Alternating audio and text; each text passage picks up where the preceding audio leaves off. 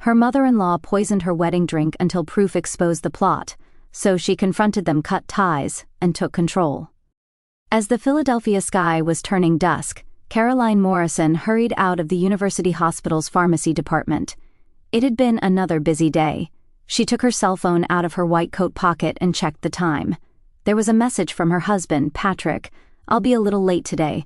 The research is at a critical stage. Love you." Caroline smiled and headed toward the hospital parking lot while typing her reply. In the 8 years since meeting Patrick Hamilton, her life had changed dramatically. Raised in a middle-class family from a small town, she had graduated from pharmacy school on a scholarship and now worked as a trusted pharmacist at the university hospital. Caroline was content with her life. Meeting Patrick had been fate. Working as a researcher at a major pharmaceutical company, he had been a speaker at a conference Caroline attended. The two were bound by their passion for science, and above all their sincerity. Patrick, with his gentle personality and sharp intellect, was the perfect partner for Caroline.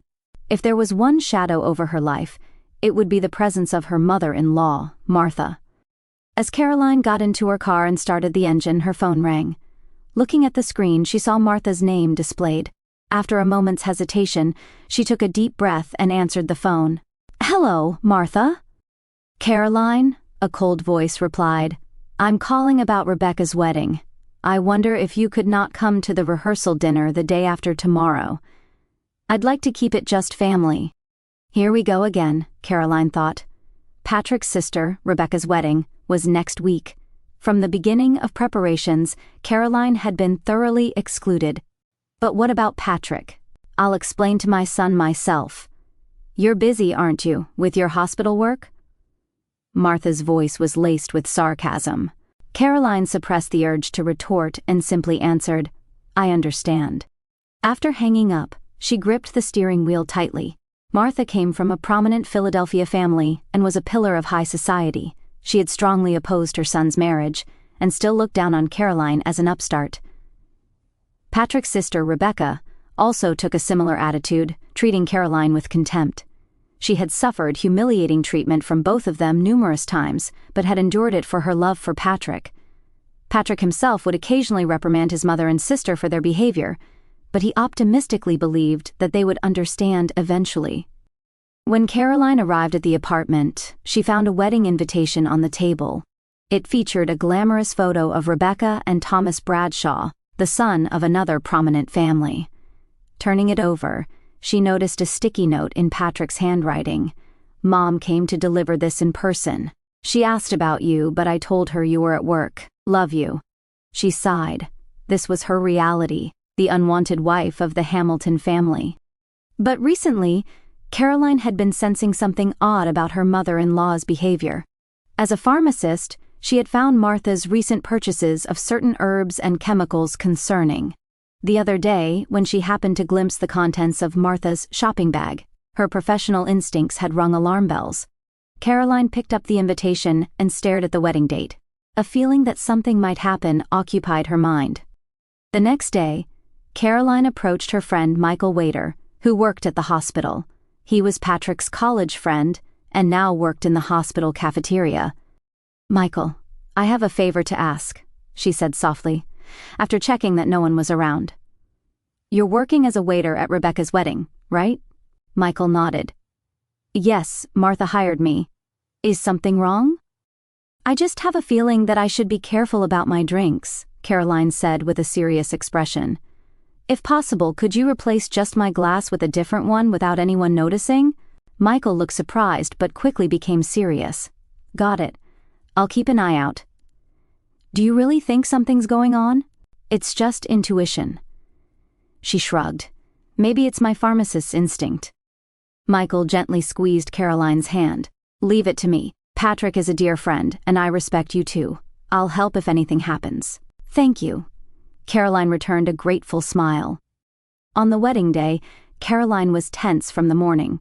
She adjusted the pleat of her dress and checked her hairstyle repeatedly in the mirror. Patrick embraced her from behind. "You look beautiful," he kissed her cheek. "Let's enjoy today. It's an important day for Rebecca."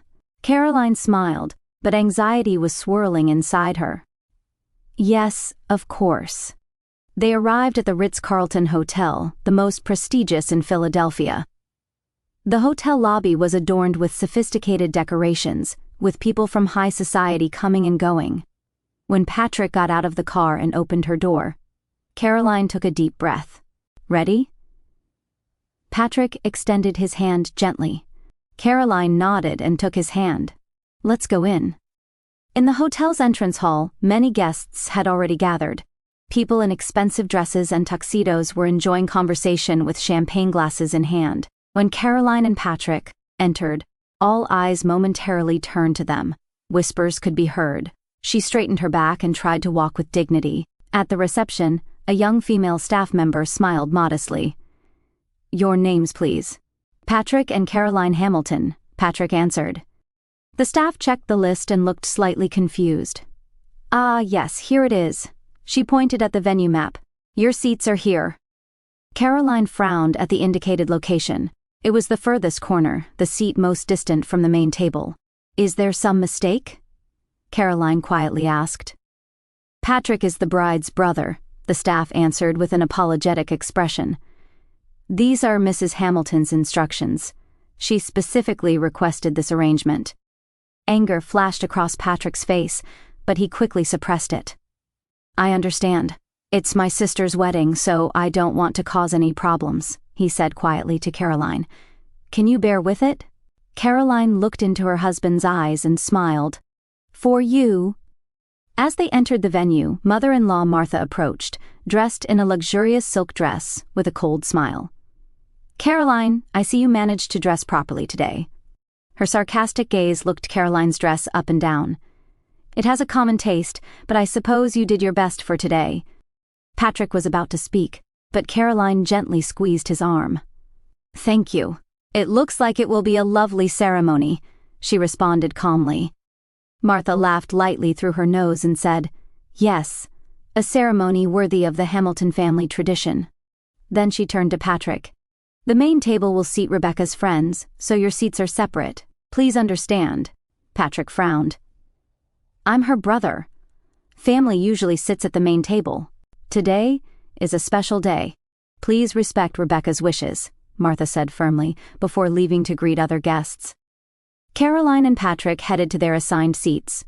Several guests were already seated at the table.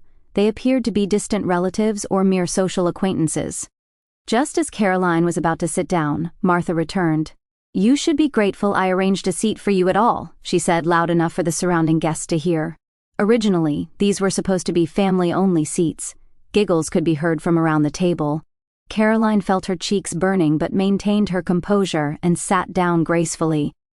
Patrick's face reddened with anger, and he was about to say something to his mother when music signaled the beginning of the ceremony. The wedding was conducted solemnly. Rebecca entered in a pure white dress, looking proud. Thomas Bradshaw greeted his bride with gentlemanly poise. As Caroline watched the ceremony, she occasionally noticed triumphant glances directed at her from her mother-in-law and Rebecca. After the vows were exchanged and the newlyweds exited, the reception began. Staff circulated, distributing champagne for a toast. Michael was not yet visible, but Caroline trusted him. A young waiter approached Caroline and Patrick's table and began distributing champagne glasses. The moment a glass was placed in front of Caroline, she sensed something off. With her trained pharmacist's sense of smell, she noticed a subtle scent different from normal champagne. Looking closely at the glass, she noticed a nearly imperceptible difference in color. She gently set the glass down, hesitating to drink. Patrick noticed and asked, "What's wrong?" "The scent seems strange," Caroline began, but Patrick sighed. "You're overthinking again. You worry too much about my mother," he said gently. "Look, there's nothing wrong." And with that, Patrick picked up Caroline's glass and took a sip. At that moment, mother-in-law Martha's face drained of color. From across the table, she jumped up from her chair and exclaimed, "Wait, don't drink that!" The attention of the entire venue turned to Martha. Patrick looked at his mother with a puzzled expression and asked, "What's wrong?" Well," Martha stammered, unable to hide her panic. Patrick looked at the glass after taking a sip and casually said, "Delicious champagne." Martha froze with wide eyes, and nearby Rebecca also stared with a shocked expression. Why isn't anything happening?" the mother-in-law muttered, her face showing anxiety and confusion. Caroline calmly observed their reactions, while secretly transferring a wine sample to a small vial. The atmosphere in the venue froze momentarily, but as Patrick continued to act normally, it gradually returned to its original mood. As the wedding ambiance lingered in the venue, Caroline continued her quiet observation. Martha and Rebecca were whispering to each other, occasionally glancing anxiously at Caroline. Patrick acted as if nothing had happened, chatting with relatives and friends. Caroline took out a small hand mirror from her bag, pretending to check her appearance while secretly examining the small vial containing the champagne sample she had collected. It looked like ordinary transparent liquid, but her professional instinct told her something was off. "What are you thinking about?" Patrick sat next to her and put his arm around her shoulder. "Don't worry about my mother, she's always dramatic." Caroline smiled. "I'm fine, just a little tired." Patrick held her hand and promised, "Just hang in there a little longer. We'll leave early when the ceremony is over." The reception proceeded as planned, and while Caroline maintained an outward calm, she kept a close eye on her mother-in-law and sister-in-law. Their anxiety and agitation clearly indicated that something hadn't gone according to plan. As the night wore on and the party approached its climax, Michael, working as a hotel waiter, approached Caroline. After ensuring no one was around, he said in a low voice, "I did as you asked. I switched only your glass with a different one." He continued, pretending to serve dessert. "Before I entered the venue, I saw Rebecca checking your seat and doing something to your glass." Caroline's eyes widened. "Really?" Michael nodded briefly. "Be careful. Let me know if you need anything." "Thank you." Caroline returned a grateful smile. "I don't need anything more. I've already obtained the evidence." Michael looked slightly surprised but left to serve other tables. As the night progressed and many guests began to leave, Caroline and Patrick also prepared to depart. Martha and Rebecca didn't approach them. Rather, they seemed to be deliberately keeping their distance. In the hotel's luxurious lobby, Patrick tried to say goodbye to his mother and sister, but Caroline told him, "We need to talk properly tomorrow. I'm tired tonight." When they got home, Patrick sank into the sofa and asked, "How was today?" "Mom and Rebecca's attitude was terrible, but I thought the ceremony itself was wonderful." Caroline sat next to him and took a deep breath. "Patrick, we need to talk about your champagne." "Oh, that?" he laughed lightly. "I was surprised when Mom suddenly shouted not to drink it, but nothing happened, right?" "That's not true," Caroline said with a serious expression. "I want to have it tested at the hospital tomorrow. I think there was something wrong with that champagne." Patrick frowned. "You don't think Mom would—" he faltered. "I can't believe that. Why would you think she'd put something in your glass?" "Intuition," Caroline said quietly. "We'll know the truth tomorrow." The next morning, Caroline woke up early and headed to the hospital's laboratory. Her friend, lab technician Jennifer, was waiting. "Good morning, Caroline," Jennifer greeted cheerfully, but her smile faded when she saw Caroline's serious expression. "What's wrong?" Caroline took the small vial from her bag. "Could you analyze this? Not just a regular alcohol test, but a toxin screening." Jennifer looked surprised but, as a professional, took the vial without questions. "Urgent, as soon as possible?" Caroline nodded. A few hours later, Jennifer called Caroline to the lab with a grave face. "Look at this," she pointed to the computer screen. "This isn't ordinary champagne. Traces of atropine were detected. It's a small amount, but dangerous enough." Caroline clutched the data with trembling hands. "This wasn't accidental. It was intentional." "Shouldn't you report this to the police?" Jennifer asked worriedly. Caroline thought deeply. "Not yet. I need to talk to Patrick first." That evening, when Patrick returned home, Caroline had spread the test results on the dining table. Seeing his wife's serious expression, he immediately understood what had happened. He asked quietly. Caroline showed him the test results and explained, "The champagne was laced with atropine. In proper doses, it's used as medicine, but in excessive amounts, it's a toxin that can cause severe symptoms like increased heart rate, fever, hallucinations, and in the worst case, death." Patrick initially couldn't believe it, but his face changed color when he saw the evidence. He collapsed into a chair. No way. Mother actually... I suspected something might happen before the ceremony, Caroline confessed. I had noticed your mother buying certain herbs and chemicals recently, and her eyes were filled with more hostility than before when looking at me. So, as a precaution, I asked Michael, who works with me at the hospital, to switch just my glass with a different one. Patrick was visibly shaken, showing an expression of anger toward his mother and surprise at his wife's quick thinking. I can't believe Mother would go that far, he muttered in disbelief. But why didn't anything happen when I drank it? The amount was small, Caroline explained. You only took one sip, right? It was probably calculated to be sufficient if I emptied the glass. Also, with your build, a small amount might not have shown noticeable symptoms. Anger colored Patrick's face. Why would Mother do such a thing? He clenched his fist. Was Rebecca involved too? Judging by their reactions, there's no doubt. Caroline sighed. They were both expecting me to collapse. They probably intended to humiliate me in the middle of the wedding. This is unacceptable. Patrick stood up and paced the room. I should confront my mother and sister about the truth. This is different from their usual harassment. This is a crime. He trembled with anger. Caroline calmly said, We should bring the evidence, otherwise they'll deny it, and carefully filed the test results. Let's visit Martha's mansion tomorrow. Not in the evening, but first thing in the morning. It's important not to give them time to prepare. Patrick was surprised by his wife's calmness. I'm amazed you're not angry. If it were me... For a long time, I've tried to be accepted by your family, Caroline said quietly. But after this incident, I've realized that's impossible. What matters is you and me, and our future. Patrick returned to his wife's side and embraced her tightly. I'm sorry that this happened. I can't forgive what my mother and sister did. I'll make sure they take responsibility. Don't let anger cloud your judgment. Caroline touched his cheek. Let's handle this calmly. That night, Patrick couldn't sleep. He was tormented by his inability to understand why his mother and sister hated his wife so much. He got up several times to stare out the window, occasionally sighing. Meanwhile, Caroline lay quietly, preparing mentally for tomorrow's confrontation. The time had come for years of humiliation to be cleared away, and she quietly strengthened her resolve. Her eyes remained open in the darkness, awaiting tomorrow morning. Tomorrow.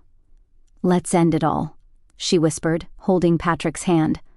The next morning, Caroline and Patrick stood in front of Martha's house. Patrick's face was tense with nervousness, but Caroline was somehow calm. Ready? Patrick squeezed his wife's hand. Yes. Caroline nodded. In her hand was a file containing the sample's test results.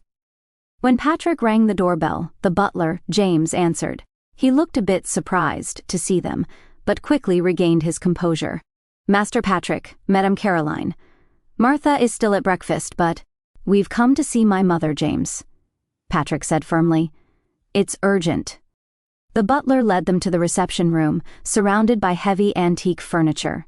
The room told the story of the Hamilton family's wealth and tradition, spanning generations. Portraits of family ancestors hung on the walls, and Caroline once again felt that she would forever be an alien presence in this lineage. After a while, Martha appeared in a silk morning gown. She flinched momentarily upon seeing her son and daughter-in-law, but quickly composed herself. What brings you here so early in the morning? Rebecca's wedding was wonderful, wasn't it? She said, feigning calmness. Patrick looked at his mother with stern eyes and said in an unusually cold tone, What did you put in Caroline's glass? Martha couldn't hide her agitation, momentarily opening and closing her mouth before recovering. What are you talking about? That's absurd. Stop the act. Patrick's voice was filled with anger. We know. Caroline quietly opened the file and took out the test results. This is the substance detected in the champagne. A toxin called atropine was mixed in. Although not a lethal dose, it was a dangerous amount. Martha's face drained of color, and she was at a loss for words. As tense silence filled the room, the door suddenly opened, and Rebecca entered. She was already properly dressed and seemed to have sensed something. What's going on? Rebecca asked nervously, reading the atmosphere of the room. You should know. Patrick looked accusingly at his sister. We're talking about what happened at yesterday's wedding, about putting poison in Caroline's champagne glass. Rebecca turned pale and looked at her mother. Martha collapsed onto the sofa and suddenly changed her attitude. Ever since you entered the Hamilton family, everything started going wrong. She raised her voice and pointed at Caroline. Patrick was supposed to marry a daughter from a more prestigious family, not someone like you, a druggist's daughter. Mother, Patrick's voice trembled with anger. Caroline is an excellent pharmacist, regardless of her background. You should respect the wife I chose. You don't understand, Martha said bitterly. The Hamilton family bloodline, our tradition, your children will have half of their blood from the lower class. Are you okay with that? While maintaining her composure, Caroline asked, Why did you want to exclude me so badly? It's not just about class consciousness, is it? Martha hesitated for a moment, then looked at Rebecca. Rebecca gave a small nod, and Martha continued. Rebecca has a wonderful friend, Elizabeth from the Brown family. She comes from a good family, is well-educated, and suitable for our social circle. She would be perfect for Patrick if only you weren't here. Wait. Patrick was shocked. Mother, you were trying to... We intended to have you remarry, Rebecca spoke up with a resigned expression. She said, Mother, that's enough. She turned to Caroline and Patrick and confessed in a trembling voice. The plan was a joint effort between Mother and me, but we never expected Patrick would drink it. We thought if Caroline were gone, Patrick would be happy with Elizabeth, but... Patrick was stunned by his sister's confession. Even you. He was dumbfounded. You both really... to Caroline? He faltered. Caroline calmly asked Rebecca, Aren't you wondering why nothing happened to Patrick? Rebecca nodded with a confused expression. The atropine, surely. The drug dose was probably calculated based on my body weight, Caroline said quietly. Patrick has a bigger build, and he only took one sip. Also, I am a pharmacist. The profession you've looked down on ultimately saved me. Caroline spoke quietly. I noticed something was off by the scent of the glass. I had sensed something strange about my mother-in-law's behavior before the ceremony and had arranged to have only my drink replaced. Martha and Rebecca were stunned. You mean... Yes, I asked Michael to replace only my glass with a different one, Caroline explained matter-of-factly. And though my husband inadvertently drank from it, fortunately, there were no serious effects. Patrick gave his mother and sister a cold look. I will never forget this, that you tried to kill my wife. I'm cutting ties with you. Patrick, Martha raised her voice. You are my son. Shouldn't you choose your family? Patrick laughed bitterly. Family is about cherishing and respecting each other. Caroline is my family. Rebecca broke down crying. We were just thinking of your best interests. Be quiet. Patrick interrupted his sister. Don't talk about my best interests. This is completely wrong. It's a crime punishable by law. Caroline placed her hand on Patrick's arm. We won't report this to the police. If the media finds out, it would damage your reputation too. She looked at Martha and Rebecca. But never appear before us again. And if you ever try to interfere with us in any way, this sample and test results will be submitted to the police. Martha cried while pleading with her son. Patrick, please reconsider. Goodbye, Mother, Patrick said coldly, taking Caroline's hand and standing up. We probably won't meet again. As they were about to leave the room, Rebecca called out, Caroline, why? Why aren't you reporting us? Caroline turned back and quietly answered, No matter what you think, I love Patrick. I don't want to damage his family's honor, and the chain of hatred must end somewhere. That's what I believe. Patrick and Caroline left Martha's mansion. As they exited the front door, the spring sunshine enveloped them. Caroline took a deep breath, filling her lungs with fresh air. Are you sure you don't want to go to the police? Patrick asked. I'm sure, Caroline smiled. Now we can finally move forward. It's a new beginning, just for the two of us. Martha and Rebecca collapsed into their chairs, staring at each other wordlessly. 1 year later, In a colonial-style house in the Philadelphia suburbs, morning sunlight streamed into the spacious kitchen. Caroline was brewing coffee while gazing out the window. In the backyard, spring flowers were in full bloom, and a small vegetable garden was beginning to sprout. Patrick embraced her from behind. "Good morning." Caroline smiled in her husband's arms. "Good morning. Did you sleep well?" "Yes." Patrick nodded. "Thanks to you." After their confrontation with Martha and Rebecca, the couple had started a new life. Patrick had completely severed his relationship with Martha and was immersed in research at a new pharmaceutical company.